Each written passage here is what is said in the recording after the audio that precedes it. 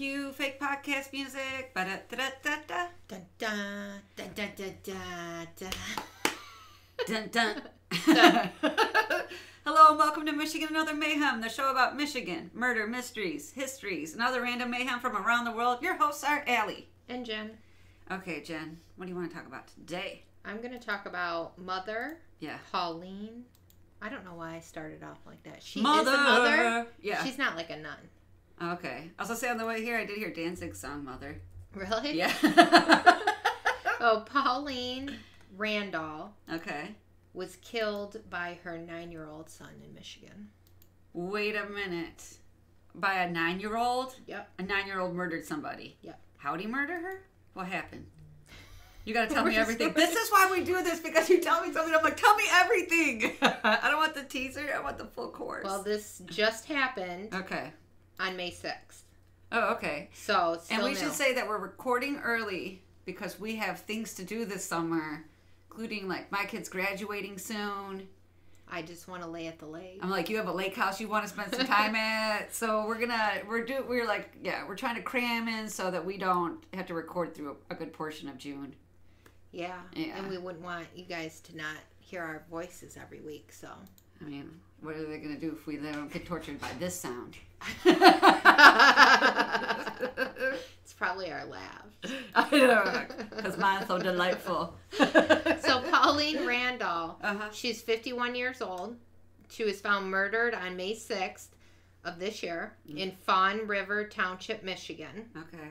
It is alleged that her 9-year-old adopted son murdered her. He has been officially charged with open murder and felony firearms. The news interviewed the neighbors who said that their child heard screaming from the house, and a few minutes later, deputies arrived at the scene.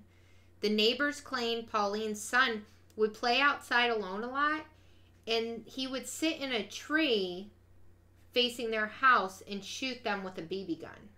The neighbors? Yeah, so the 9-year-old would climb the tree and shoot at the neighbors when they were outside. Oh my gosh. Yeah. And now he shot his mom with a real gun. A real gun. It is also claimed that Pauline had previously said that she believed that her adopted son would grow up to be a serial killer. She was not wrong, Pauline. You were right. Yeah. Mother's instincts. Yeah. But Pauline's daughter, she's on the side of the 9-year-old. What? She told news outlets that the boy was adopted 3 years before and had a known history of mental health issues. In recent months, he had started doing things that terrified Pauline, and she was trying to get him more help, more mental health help. Yes. Her daughter blamed the health system for failing to listen to her mother, who begged, supposedly, for assistance with her son, and that her brother, the 9-year-old, doesn't understand what he did and doesn't understand why he cannot come home. Currently, the child is being evaluated by a psychiatrist and is being held by a state-run juvenile facility. Okay, I understand mental illness. It runs in my family. I have some family members that are mentally ill. But that doesn't mean you get excused for murder. And if he doesn't understand that killing someone, if he doesn't understand that, I mean, he knew he was shooting people previously, you don't get let out. That's one of those times that you go to a mental hospital like we don't have anymore, and you stay there for a long time, just like someone would go to jail, but you stay at a mental hospital, where you get help for your mental disease, but you still are locked away because you're a danger to everyone. Yeah. Yeah, and if we found out at 9 that he's a sociopath, better for us because he didn't get a chance to serial kill. Because sociopaths do know how to manipulate the people around them. So for all we know, he could be manipulating his sister. Oh, yeah. Well, I thought that I don't know. If I had a brother and he murdered my mother, Well, and he was doing things that terrified my mother previous to that. I mean, I don't know. Yeah, I don't know if I would be, but I'm not in the situation. So, Right, true. But obviously he's out there. He's uncontrolled. Yeah. He's outside shooting BB guns at the neighbors. Well, Supposedly. terrifying his mom, too. Yeah. Yeah. So. Okay, so I've got something I said a couple podcasts ago. I mentioned a couple podcasts that I like a couple episodes ago. And one is Beach Too Sandy, Water Too Wet, where they read the Yelp reviews. Mm-hmm. So now I was like, ooh, I found some funny Yelp reviews. And my cousin Brandy sent me one for a beef carver, which I can't find right now, but I will get it. So I was like, I saved these Yelp reviews. They're really funny. They're about things in the state of Michigan. Let me read them. Then I don't know what I did with them, so I'm going to do this instead. That's so great. I have 2 Yelp reviews for Hell, Michigan. So Michigan has a village that's called Hell. A lot of people are surprised when they go to Hell that it's not very big. It's less than like 300 people. You know, town. I think it's a road. Yeah. Oh no, town. Oh no, town is like, you know, the town. It's like 2 blocks. Yeah, it's like 5 buildings. So, and a teeny bridge. Yes. So this one guy named Baxter M gave Hell, Michigan 5 stars. This is what Baxter said. Us local people are weird, and the tourists only a little less so. In the summer, Hell is inundated with biker, and then he quotes groups. So I think he means like motorcycle clubs. Yeah. So beware, you'll need to avert the kitty's eyes until you can get out of Hell. Bottom line, don't expect much, and you won't be disappointed. Why would you have... That's funny. Yeah. But what are we averting the eyes for? I mean... Oh, biker chicks are often known for like boobies out. Really? Yeah. I didn't know. You've never been to a biker rally? No, but I want to go. Oh, yeah. My Let's dad go. used to have a Harley. Oh, shit, girl. It goes down. They take it to 11. Wow. Yeah. I need to go. There is We'll one... need bodyguards, but we can go. Yeah, my sister did mention, because I told her, you know, we have to start... We used to go on vacation once a year. Yeah. And I'm like, we need to start going on vacation once a year.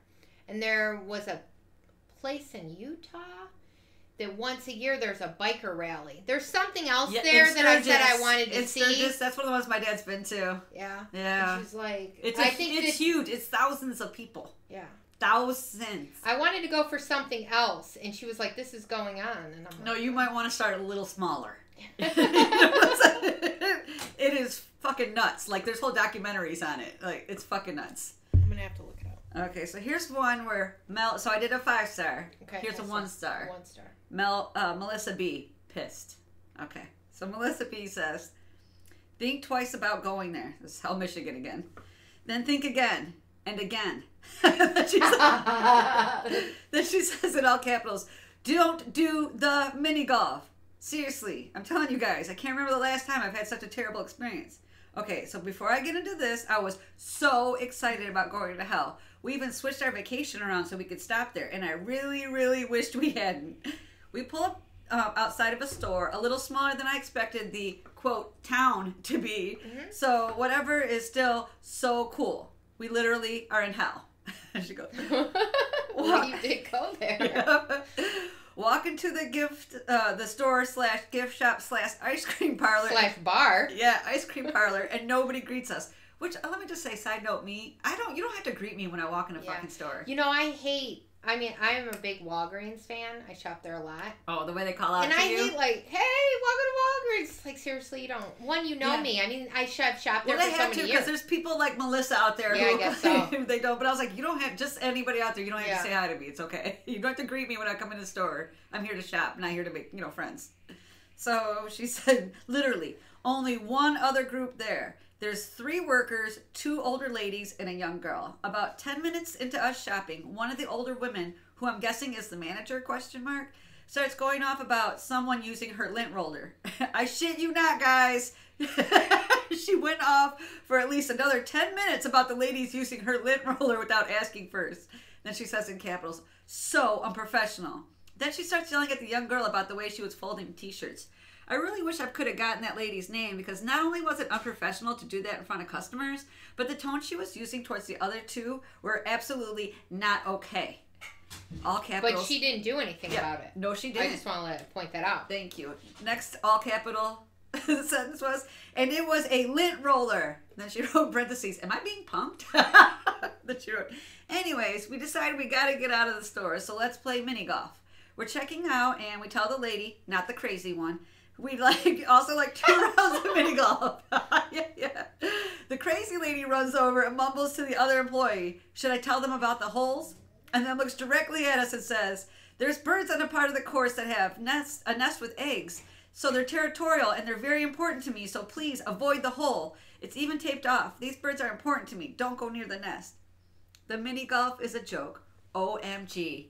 No scorecards. There's a sign before you start telling you to watch out for broken glass because they have vandalism. We weren't kidding. And then she does this in all capitals. Hella broken glass. The greens were torn up. The cups that sit in the holes were sticking up so high you couldn't shoot a ball in. One hole had, all caps, at least 5 spiders inside the cup. Definitely skip that one. To top off Well, hell. Yeah, right. To top it all off, the quote one hole was taped off because the birds were actually 3. Then she wrote in all capitals, 3! So 18 holes minus 3 bird holes minus 1 spider infested hole. It sounds like so much fun. Right? I want to go. I mean, what did you expect in hell? Equals 14 holes, which over half the cups were too high to shoot the ball into. Hell was literally worse than I can imagine actual hell is like. I can't believe they run the business how they do and actually charge people for that trash. I even feel like the review doesn't give enough justice to how terrible it was. If hell is aiming for people to leave feeling like they wasted their time and money, mission accomplished. Wow. It was one of those things, so I had the opposite reaction. I'm more you, like, I would be laughing at it, like, this is going to make such a good story later. I'm like, I went to hell, there was a crazy lint roller lady, there was like... I know, I mean, right now, I'm just sitting here thinking, like, we need to make a trip. Yeah. Like, that sounds like... Doesn't that sound like a good time? Yeah. Yeah, I would have, to me, it would have been funny, because I think that kind of shit's funny. And you're going to a town... Named Hell. That's named Hell. That's 2 blocks. Right? That 6 buildings. That everything is in one. The restaurant, the bar, the ice cream parlor, the shop. General store, gift store. I mean, everything is one fucking store. Oh my God, true story. One time, so my dad is from Greece, but my mom's from Kentucky, right? My mom's family, Kentucky, have a family reunion, and they're like, it's at a water park. I'm like, oh, okay. I got my cousin Brandy in the car, we're driving, and all of a sudden, it's mountains, mountains, mountains, trees, trees, trees. We're in Kentucky. And all of a sudden there's this opening, and at this opening there's like this giant greenish lake. So I'm gonna guess it's like it was a man-made lake with like a slide and a couple things, and that was the water park. Yeah. So we're like, oh, well, we park at the hotel, and I don't want to say it's actually kind of a famous. Well, we park at this hotel, and the town, and I'm gonna air quote town that people can't see, was a single building that was across from the hotel, and in that building had a gas pump with the rolling numbers. It wasn't digital. Oh. A gas pump. It was the general store, it was an antique store, and it was the grocery store. There you go. Yeah, like my cousins and I were so bored, you would just see us like cross as a group, like a few times a day and go to the store, buy something, just all cross back because there was nothing else to do. I used to go to Milwaukee once a year because there's a casino out there. I would always win, so it just kept me coming back. Nice. And on my way, I don't know what town it was in, but in the middle of nowhere, I would stop at this gas station, and it had the rolly numbers and stuff. Like I actually pulled up, and I'm standing there like, where do I put my credit card? Yeah, like where's the lever and stuff?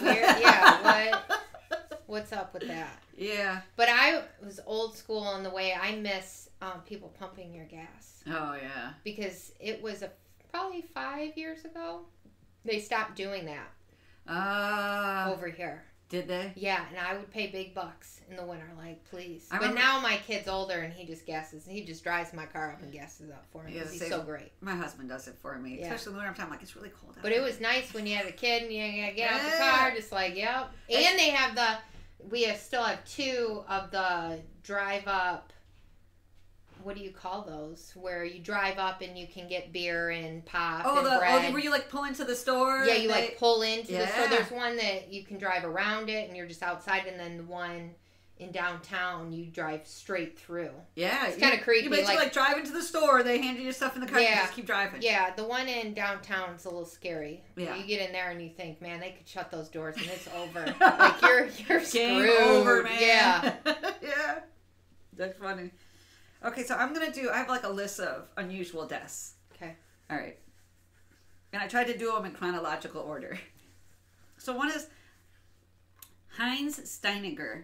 He was a mayor, and it says burgomaster, of Braunau am in Austria. Okay. In the late 1500s. And he was known for being well liked by his constituents and for having a 4.5 foot long beard. And his beard looked like it was split almost into like 2 almost locks. Basically, his beard had a middle part. Okay. And Hans liked to keep his beard rolled up and tucked in his pocket to keep it out of the way. And September 28th, 1567, a fire broke out in his town. Citizens were panicking, and Hans stood at the top of a flight of stairs trying to calm people. And as he went to step down, he accidentally stepped on his beard, which had fallen from his pocket. And he fell down in the entire flight of stairs, breaking his neck. Oh. And in memory of their beloved leader, the town carved a stone relief statue of Hans on the side of St. Stephen's Church. And they also cut his beard off and locked it in a glass case in the town's museum. And it's been chemically treated so it doesn't degrade. Mm-hmm. Yeah, I wrote, side note, Burgomaster reminds me of Burgermeister Meisterburger from Santa Claus is Coming to Town. He's the guy that took, toys. So I have one for Basil Brown. In London, February of 1974, a man named Basil Brown, had taken about 70 million units of vitamin A in 10 days. During this time, he was drinking about a gallon of carrot juice every day. Basil was a 48-year-old health enthusiast, but at this point in his life, he had become obsessed with health. Oh, I don't know. One of those people that are try to be so healthy, they turn the corner and make themselves unhealthy. Yeah. I saw a couple of articles that suggested he was addicted to carrot juice, and the copious consumption had caused his skin to turn bright yellow as it tried to process the influx of vitamins. And unfortunately, Basil died from vitamin A poisoning due to his extreme diet. Yeah, wasn't it something happened with his liver? You can die of vitamin A poisoning, this is my side note for this one, by eating a polar bear's liver. Because we do have liver. Oh, no, I'll stop doing that. Yeah, well, stop killing polar bears and tearing their livers with your bare hands. I'm just saying, zombie apocalypse, don't eat the polar bear liver. My mom used to make liver and onions. Ooh. I didn't like it at first, but then I tried when I got older to make liver and onions. And I don't care that I'm 44. I still don't eat cooked vegetables. I like the raw ones. I'll eat them, but I'm not eating anything that's cooked. No, other than corn. It's not cooked. It's like heated. Yeah, right? Exactly. So Kurt Gödel was an Australian mathematician and a philosopher who immigrated to the United States. He had a significant impact on the scientific and philosophical world, and Kurt was known to struggle during periods of mental illness. Kurt's symptoms were depression, paranoia, and he had several nervous breakdowns. He was often physically ill as a child, including contracting rheumatic fever when he was 6 years old, and he felt like he never recovered after that illness when he was 6. He had obsessive thoughts about being poisoned, and I read that this led him to eat only food that was prepared by his wife, Adele, or he would only eat after she tasted the food first. In 1977, Adele had been hospitalized for 6 months. And while she was not able to interact with his food, Kurt refused to eat. And he shrunk down to 65 pounds before dying of starvation, January of 1978. Adele lived for another few years, dying in 1981. He lasted how long without eating? 6 months. Really? He died during that 6-month period. It didn't say how long into it, but it said they got down to 65 pounds before he died. So it said, side note, is VSED is the acronym for Voluntarily Stopping Eating and Drinking, and it's suggested by a group called Death and Dignity as an option for terminally ill people. I couldn't. I need to eat. You get hungry? I'm going to get hungry. That means I can't interact with anyone because I can't see food at all. Right. So you're just because like, not if an option you eat a for burger you. in front of me, I'm eating it. Yeah, so you're like, not an option for you. Yeah. Yeah. So aww. That's your dog protesting. Yeah, protesting something. Yeah. Apollo, we're recording a podcast. So David Grundman, saguaro cactuses can grow over 40 feet tall and weigh up to 3 tons. So they're huge. He even knows it. They only grow in the Sonoran Desert along the southwestern border of the United States. See, he's sad. They have huge trunks with large arms sprouting off the sides of the ones that you see like in the typical cactus. In 1982, 2 roommates named David Grundman and James, I cannot pronounce his last name, Suchochi, Suchochi, were in the Arizonian desert shooting at cactus that were growing there. After using his ammunition to shoot one of the smaller 10-foot saguaro cactuses in half, David Grundman then began to shoot at an older, bigger specimen. The second cactus was estimated around 100 years old and was about 27 feet tall, so like 2 stories tall. Wow. From shooting from about 10 feet away from the cactus, David managed to shoot off a 4-foot arm, one of the 4-foot arms, off the cactus. The arm landed on David, impaling him on the 2-inch spikes and crushing him to death. Yep. Oh my God. I wrote, side note, the average full-size saguaro cactus can weigh between 3,000 and 5,000 pounds. Oh, wow. Yeah, David. Next time, pick on a plant that can't get you back. Yeah. Another one is Shirley Durden. Shirley Ann Durden was a 33-year-old mother of 4. She was snorkeling with her husband Barry and a male friend, Kenneth Coventry, in southern Australia. It was March 4th, 1985, and they were swimming in about 7 feet of water in the Pacific Ocean. Their children, friends, and other fishermen were on the shore. Because when I learned about this death, the first thing I did was like, the husband killed her and said it was something else. But no, there was like a ton of witnesses. For the last month, a great white shark had been seen periodically in the area, as there's a nearby fishing company. So they're, throwing fish guts in the water and the shark's just there. So the shark was estimated to be about 20 feet long. According to witnesses on the beach, a great white shark surfaced without warning, biting both of Shirley's legs off in its first attack. She was lifted high above the water by the shark before splashing back into the ocean. Immediately, people on the shore called out for help, and the shark ignored nearby boats that motored closer. So normally when the boats come close, it kind of scares the sharks off. No, this one was like, no, not scared. Yeah.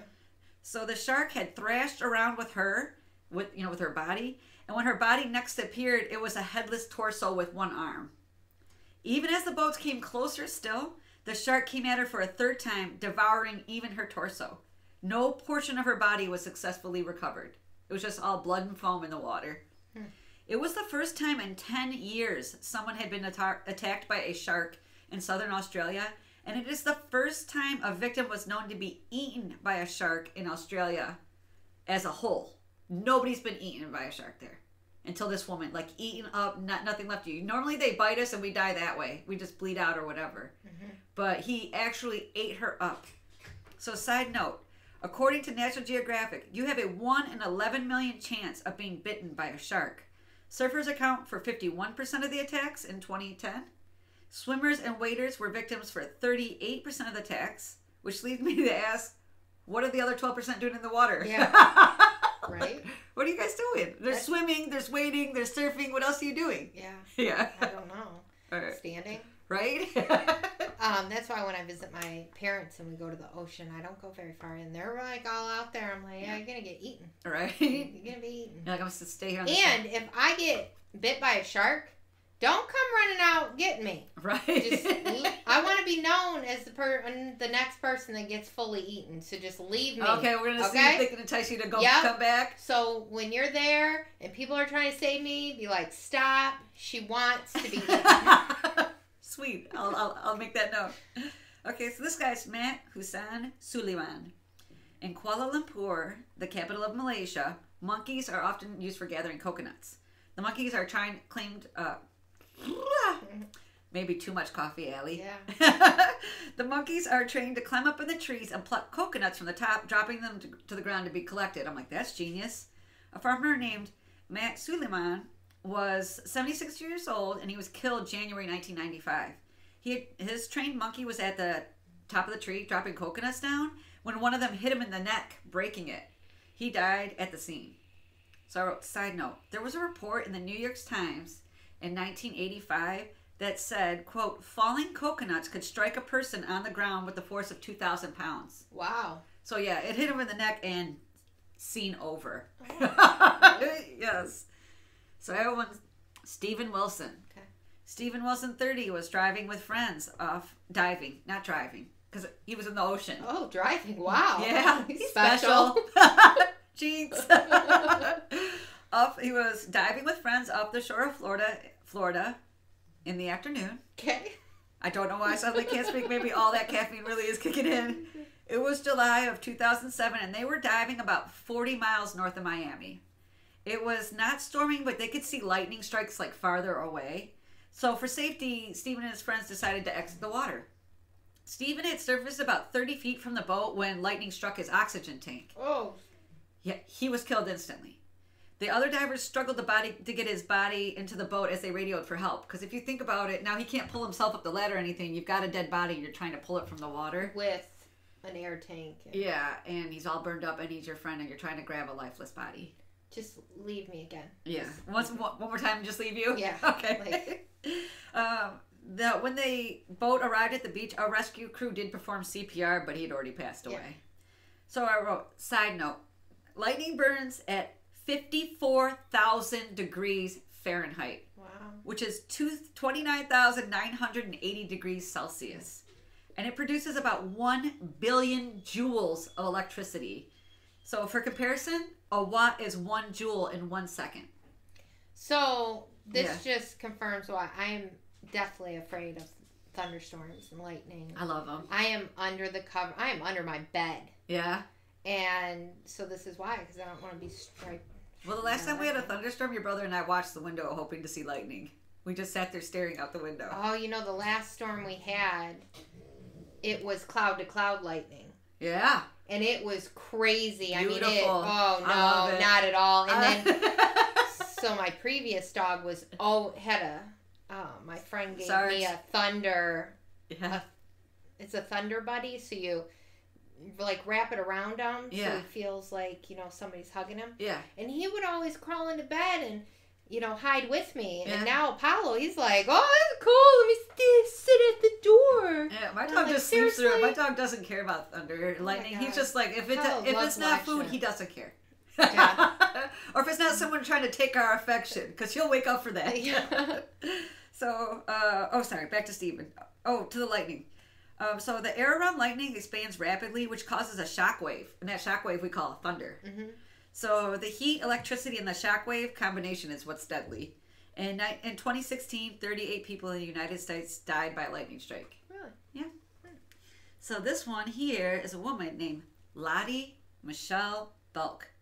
In June of 2016, a woman named Lottie Belk, who was 55 years old, was doing a combined celebration for her birthday and wedding anniversary. Lottie and her family decided to go to her favorite place to celebrate, Virginia Beach. Ooh. Yes. As the family was sitting in the sand around 5 p.m., the wind started gusting. One particular strong gust of wind pulled a sun umbrella from the ground and sent it hurtling through the air. The tip of the umbrella struck Lottie in the chest, embedding the metal tip into her body. A lifeguard immediately arrived and began CPR. Medics were on the scene in minutes, but Lottie still did not survive. The blow to the chest killed her. So I wrote, side note, in 2016, there were 43 wind-related deaths in the United States, according to the federal government. Wow. Yes. So I think this is my last one. Yes, it is. I'm putting my umbrellas up at the lake when it gets windy. Yeah, you want to see someone get impaled? I don't want to get impaled. Oh, no, you mean put away. I thought you meant like put them up. You're like, let's see who gets murdered. This will make it interesting. Okay, Yeah. My last one is Robert Dreyer was an 89-year-old man who lived in Vieira, Florida. In May of 2017, Robert was driving down the road when he suddenly veered into a fire hydrant. According to witnesses, he didn't hit the hydrant at a high rate of speed, and he was able to get out of his car. There was very little damage done to his car, and the hydrant seemed to be intact. Mm-hmm. However, as Robert stepped out, a 5-foot sinkhole opened up underneath him. The sinkhole was created when the hydrant was hit, releasing water underneath the pavement. A safety valve on the hydrant wasn't working quite right. So Robert fell into the hole and then was pulled underneath his car. Geez. To me, that's a fucking nightmare right there. Yeah. So people who saw the accident tried to save him, but it was extremely hard for them to fight against the water pressure coming out of the hydrant, and they're trying to reach down to a 5-foot hole. It took them 3 or 4 minutes to pull his body out. Just as his body was retrieved, emergency personnel arrived. They were able to take Robert to the hospital where he was pronounced dead.